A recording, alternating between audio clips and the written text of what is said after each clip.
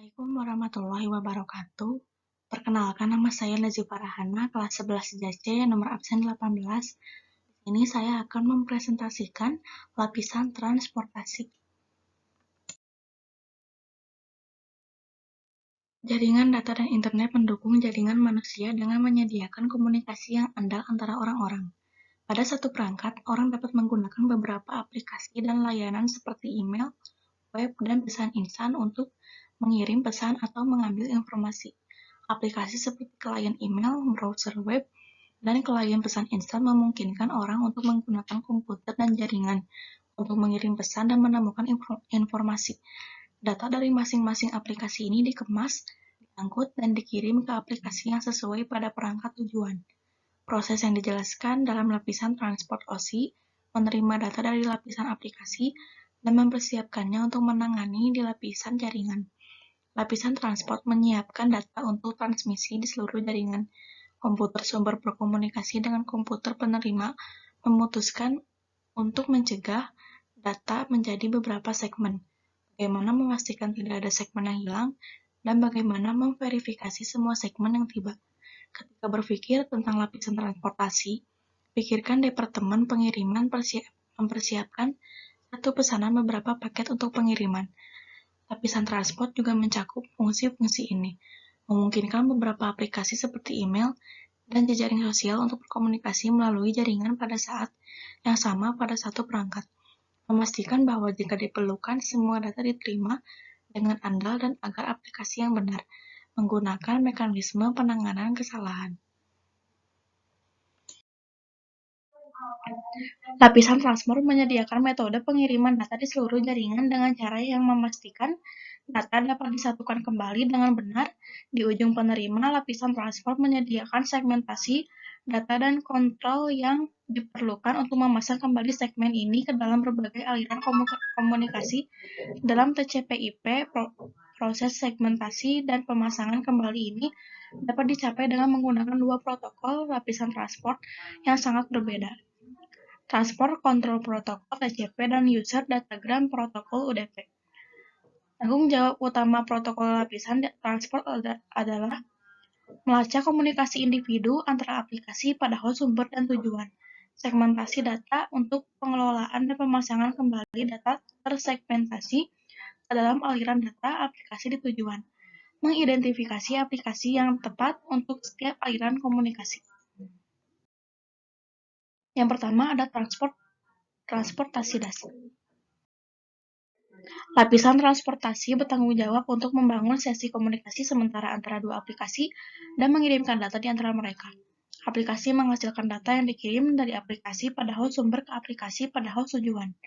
Tanpa memperhatikan jenis host tujuan, jenis media di mana data harus melakukan perjalanan, jalur yang diambil oleh data, kemacetan pada link, atau ukuran jaringan, seperti yang ditujukan pada gambar. Lapisan transport adalah penghubung antara lapisan aplikasi dan lapisan bawah yang bertanggung jawab untuk transmisi data. Transmisi jaringan. Lapisan transportasi menyediakan metode pengiriman data di seluruh jaringan dengan cara yang memastikan data dapat disatukan kembali dengan benar di ujung penerima. Lapisan transport menyediakan segmentasi data dan kontrol yang diperlukan untuk memasang kembali segmen ini ke dalam berbagai aliran komunikasi. Dalam TCP/IP, proses segmentasi dan pemasangan kembali ini dapat dicapai dengan menggunakan dua protokol lapisan transport yang sangat berbeda. Transmisi Control Protocol (TCP) dan User Datagram Protocol (UDP).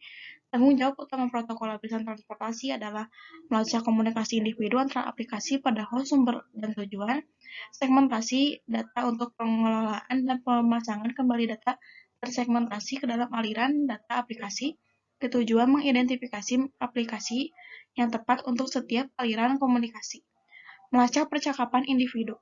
Pada lapisan transport, setiap set data tertentu yang mengalir antara aplikasi sumber dan aplikasi tujuan dikenal sebagai percakapan, terus mungkin memiliki beberapa aplikasi yang berkomunikasi di seluruh jaringan. Masing-masing aplikasi ini berkomunikasi dengan satu atau lebih aplikasi pada satu atau lebih host jarak jauh. Lapisan transport untuk mempertahankan dan melacak berbagai percakapan. Segmentasi data dan reassembling segmen dan data harus disiapkan untuk dikirim ke seluruh media dalam potongan yang dapat dikelola. Sebagian besar jaringan memiliki batasan jumlah data yang dapat dimasukkan dalam satu paket. Protokol lapisan transport memiliki layanan yang mengelompokkan data aplikasi ke dalam blok data yang merupakan ukuran yang sesuai. Layanan ini mencakup enkapsulasi yang diperlukan pada setiap bagian data header yang digunakan untuk dipasang kembali ditambahkan ke setiap blok data. Header ini digunakan untuk melacak aliran data. Di tempat tujuan, lapisan transport harus dapat merekonstruksi potongan data menjadi aliran data lengkap yang berguna untuk lapisan aplikasi protokol pada lapisan transport. Menggambarkan bagaimana informasi header lapisan transport digunakan untuk memasang kembali potongan data ke dalam aliran untuk meneruskan ke lapisan aplikasi. Mengidentifikasi aplikasi. Mungkin ada banyak aplikasi atau layanan yang berjalan pada setiap host dalam jaringan. Untuk meneruskan aliran data ke aplikasi yang tepat, lapisan transport harus mengidentifikasi aplikasi target. Untuk mencapai hal ini, lapisan transport menetapkan setiap aplikasi pengenal. Pengenal ini disebut nomor port. Setiap proses perangkat lunak yang perlu mengakses jaringan diberi nomor port yang unik di host itu. Lapisan transport menggunakan port yang untuk mengidentifikasi aplikasi layanan.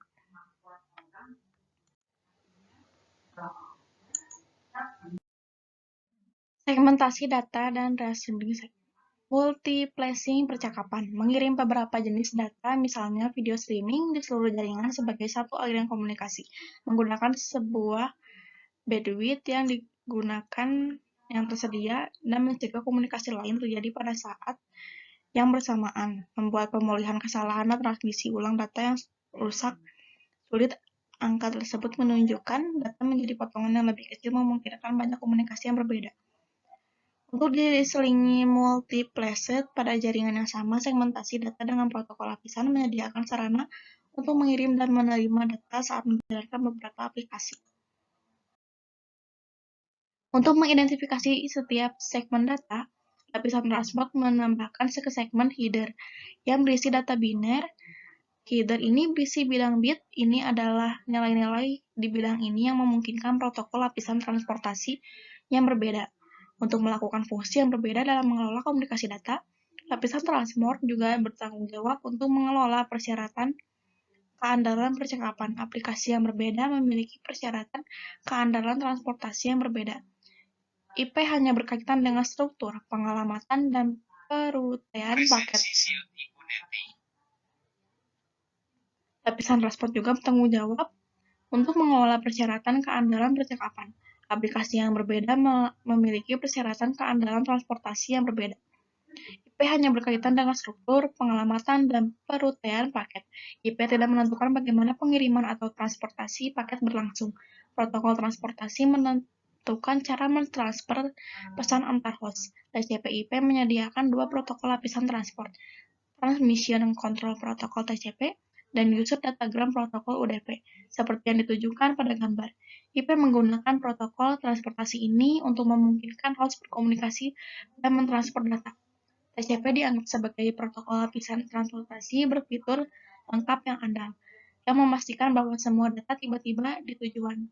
Sebaliknya, UDP adalah protokol lapisan transportasi yang sangat sederhana yang tidak menyediakan keandalan apapun. Seperti yang dinyatakan sebelumnya, TCP dianggap sebagai protokol transport yang andal, yang berarti bahwa TCP mencakup proses untuk memastikan pengiriman yang andal antara aplikasi melalui penggunaan pengiriman yang diakui.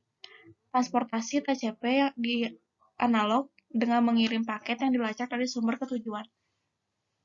Jika pesanan FedEx dipecah menjadi beberapa pengiriman, pelanggan dapat memeriksa secara online untuk melihat urutan pengiriman.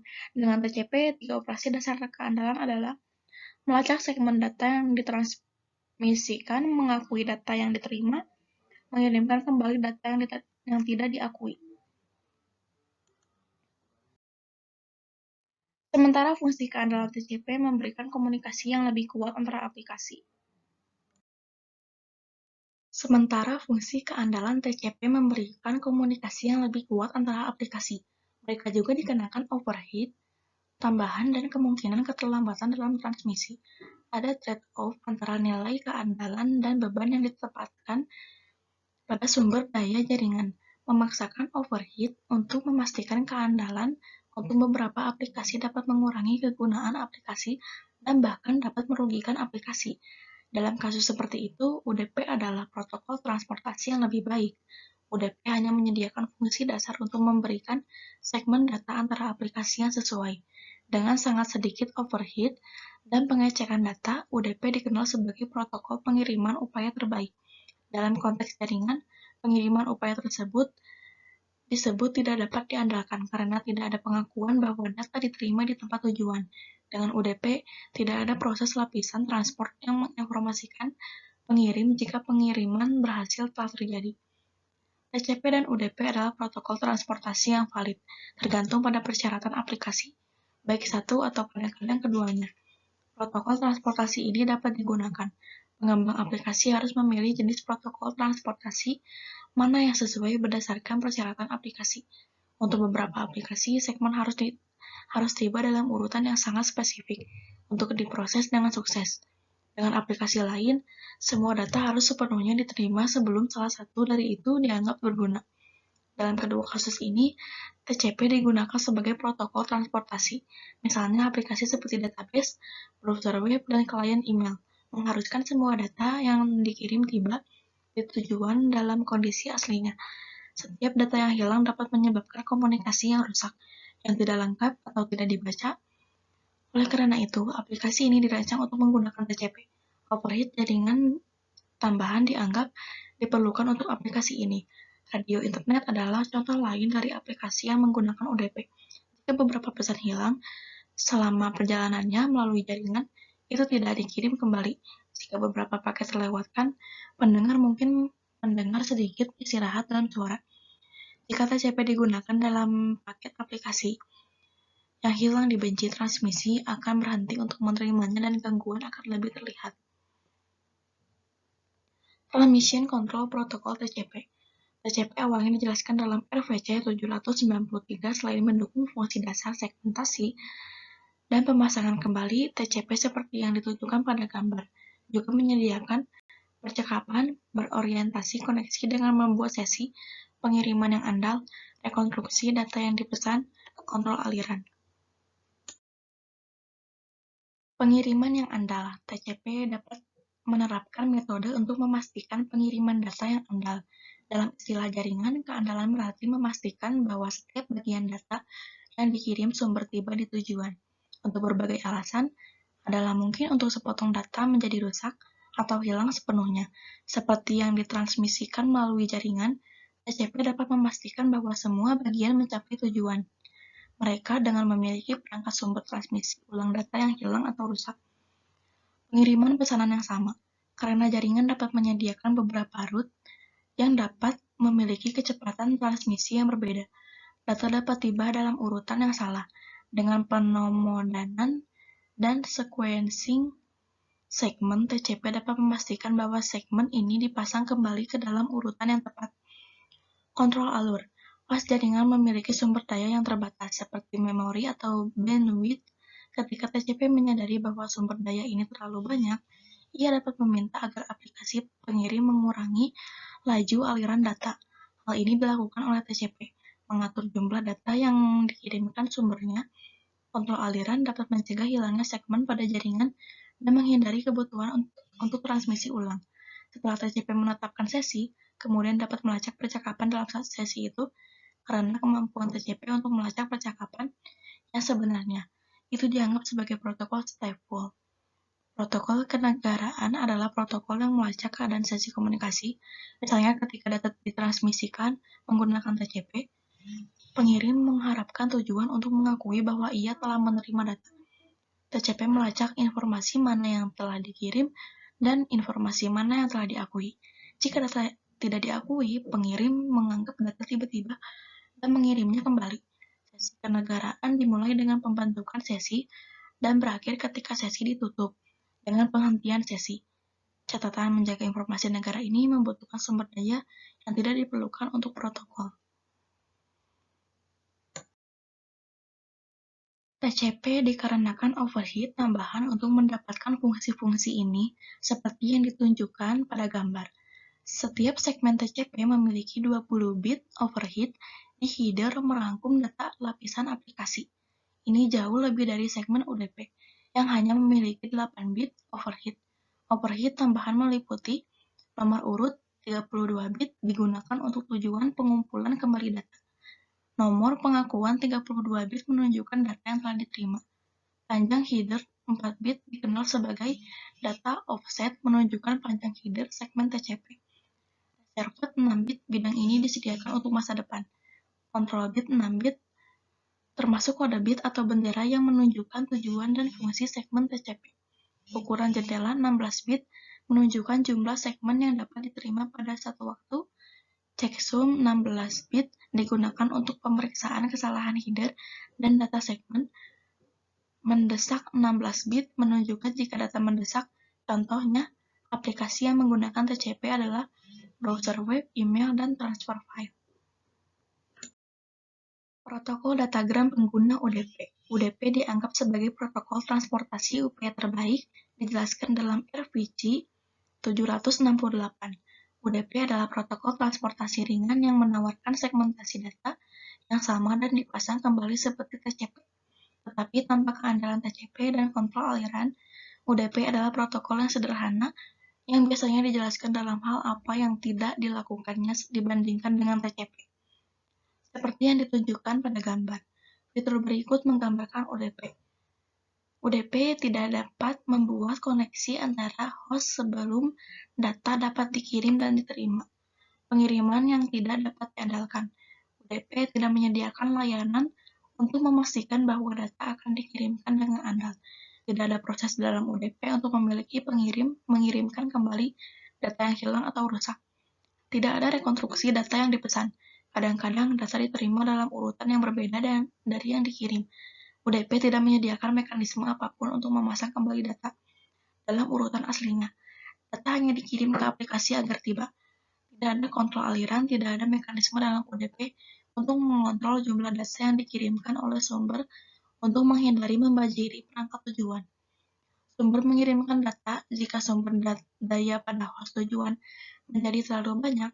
Host tujuan memungkinkan besar kehilangan data yang dikirim sampai sumber daya tersedia.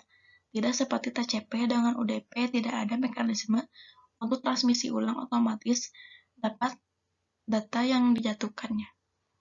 Meskipun UDP tidak termasuk mekanisme keandalan dan kontrol aluran TCP, seperti yang ditunjukkan pada gambar, pengiriman data overhead UDP yang rendah menjadikannya protokol transportasi yang ideal untuk aplikasi yang dapat mentolerir beberapa kehilangan data. Potongan-potongan komunikasi UDP disebut datagram. Datagram ini dikirim sebagai upaya terbaik. Beberapa aplikasi yang menggunakan UDP adalah domain name system DNS, streaming video, dan lain-lain. Salah satu persyaratan yang paling penting untuk memberikan video langsung dan suara melalui jaringan adalah mengalirnya dengan cepat. Aplikasi video dan suara dapat mentolerir beberapa kehilangan data dan efek minimal. Sangat cocok untuk UDP. Lapisan transport harus dapat memisahkan dan mengelola beberapa komunikasi dengan kebutuhan transportasi yang berbeda. Misalnya, pertimbangkan pengguna yang terhubung ke jaringan di perangkat akhir. Pengguna secara bersamaan menerima dan mengirim email dan pesan instan, melihat situs web, dan melakukan panggilan telepon voice over IP. VoIP. Masing-masing aplikasi ini mengirim dan menerima data melalui jaringan pada saat yang sama, meskipun persyaratan keandalan yang berbeda. Selain itu, data dari panggilan telepon tidak diarahkan ke browser web, dan teks dari pesan instan tidak muncul dalam email. Port tujuan. Klien menempatkan nomor port tujuan di segmen untuk memberitahu server tujuan layanan apa yang diminta. Misalnya, port 80 mengacu pada HTTP atau layanan web. Ketika klien menunjukkan port 80 di port tujuan, server yang menerima pesan tahu bahwa layanan web sedang diminta. Server dapat menawarkan lebih dari satu layanan secara bersamaan. Misalnya, server dapat menawarkan layanan web di port 80 pada saat yang sama dengan menawarkan pembentukan koneksi FTP di port 21. Port sumber nomor port sumber secara acak dihasilkan oleh perangkat pengirim untuk mengidentifikasi percakapan antara dua perangkat. Hal ini memungkinkan beberapa percakapan terjadi secara bersamaan. Dengan kata lain, perangkat dapat mengirim beberapa permintaan layanan HTTP ke server web secara bersamaan. Percakapan terpisah dilacak berdasarkan port sumber. Pelabuhan sumber dan tujuan ditempatkan di dalam segmen. Segmen kemudian dikemas dalam paket IP. Paket IP berisi alamat IP sumber dan tujuan, kombinasi alamat IP sumber dan tujuan, dan nomor port sumber dan tujuan dikenal sebagai soket. Soket digunakan untuk mengidentifikasi server dan layanan yang diminta oleh klien. Setiap hari ribuan host berkomunikasi dengan tujuan dengan jutaan server yang berbeda. Komunikasi tersebut diidentifikasi oleh soket. Ini adalah komunikasi dari nomor port lapisan transport dan alamat IP lapisan jaringan host yang secara unik mengidentifikasi proses aplikasi tertentu yang berjalan pada perangkat host individu. Komunikasi ini disebut soket. Pasangan soket yang terdiri dari alamat IP, sumber dan tujuan, dan nomor port juga unik dan spesifik antara dua host. Net Assigned Number Authority IANA memberikan nomor port. IANA adalah badan standar yang bertanggung jawab untuk menetapkan berbagai standar pengalamatan. Ada berbagai jenis nomor port, seperti yang ditunjukkan pada gambar 1. Port terkenal nomor 0 hingga 1023. Angka-angka ini disediakan untuk layanan dan aplikasi. Mereka umumnya digunakan untuk aplikasi sebagai HTTP, server web, Internet Access Protocol IMAP, atau Simple Mail Transfer Protocol SMTP, server email, dan telnet. Dengan mendefinisikan port terkenal ini untuk aplikasi server, aplikasi klien dapat diprogram untuk meminta koneksi ke port tertentu dan layanan terkaitnya. Port terdaftar nomor 1024 hingga 4951. Nomor port ini ditugaskan ke proses atau aplikasi pengguna. Proses ini terutama aplikasi individu yang pengguna telah memilih untuk menginstal daripada aplikasi umum yang akan menerima nomor port terkenal. Bila tidak digunakan untuk sumber daya server, port ini juga dapat digunakan secara dinamis dipilih oleh klien sebagai port sumbernya. Dynamic atau private ports number 49152 sampai 65535 juga terkenal sebagai port ephemeral. Ini biasanya ditugaskan secara dinamis untuk aplikasi klien ketika klien memulai koneksi ke layanan. Port dinamis paling sering digunakan untuk mengidentifikasi aplikasi klien selama komunikasi, sedangkan klien menggunakan port terkenal untuk mengidentifikasi dan terhubung ke layanan yang diminta di server. Sangat jarang bagi klien untuk terhubung ke layanan menggunakan port dinamis atau pribadi. Meskipun beberapa program berbagai file peer-to-peer menggunakan port ini, menggunakan TCP dan UDP. Beberapa aplikasi dapat menggunakan TCP dan UDP, misalnya overhead rendah UDP memungkinkan DNS untuk meminta klien dengan sangat cepat. Kadang-kadang bagaimanapun mengirim informasi yang diminta mungkin akan ada keandalan TCP. Dalam hal ini, nomor port terkenal 53 digunakan oleh TCP dan UDP dengan layanan ini. Daftar nomor port saat ini dan aplikasi terkait dapat ditemukan di situs web organisasi IANA. Terkadang perlu untuk mengetahui koneksi TCP aktif mana yang terbuka dan berjalan pada host jaringan. Nestat adalah utilitas jaringan penting yang dapat digunakan untuk memverifikasi koneksi tersebut. Nestat mencantumkan protokol yang digunakan, alamat lokal dan nomor port, alamat asing dan nomor port, dan keadaan koneksi. Koneksi TCP yang tidak dapat dijelaskan dapat menimbulkan ancaman keamanan utama, karena mereka dapat menunjukkan bahwa sesuatu atau seseorang terhubung ke host lokal. Selain itu, koneksi TCP yang tidak perlu dapat mengkonsumsi sumber daya sistem yang berharga, sehingga memperlambat kinerja host. Nestat harus digunakan untuk memeriksa koneksi terbuka pada host ketika kinerja tampaknya dikompromikan. Banyak opsi berguna tersedia untuk perintah nestat. Klik tombol pada gambar 1 hingga 5 untuk melihat output. Informasi yang berbeda dari perintah nestat. TCP dan UDP menangani segmentasi secara berbeda. Seperti yang ditunjukkan pada gambar, setiap header segmen TCP berisi nomor port untuk memungkinkan fungsi lapisan transport pada host tujuan untuk memasang kembali segmen dalam urutan di mana mereka ditransmisikan. Ini memastikan bahwa aplikasi tujuan memiliki data dalam bentuk yang tepat yang dimaksudkan pengirim. Meskipun layanan yang menggunakan UDP juga melacak percakapan antar aplikasi, mereka tidak peduli dengan urutan di mana informasi itu dikirimkan atau berkaitan dengan menjaga koneksi. Tidak ada nomor port urut di header UDP. UDP adalah desain yang lebih sederhana dan menghasilkan overhead kurang dari TCP. Yang lebih cepat informasi dapat tiba dalam urutan yang berbeda dari yang ditransmisikan. Aplikasi yang menggunakan UDP harus fakta bahwa data mungkin tidak sampai dalam urutan di mana ia dikirim. Poin kedua, TCP dan UDP. Komunikasi TCP. Perbedaan utama antara TCP dan UDP adalah reliabilitas. Andalan komunikasi TCP diperoleh melalui pengguna sesi berorientasi koneksi.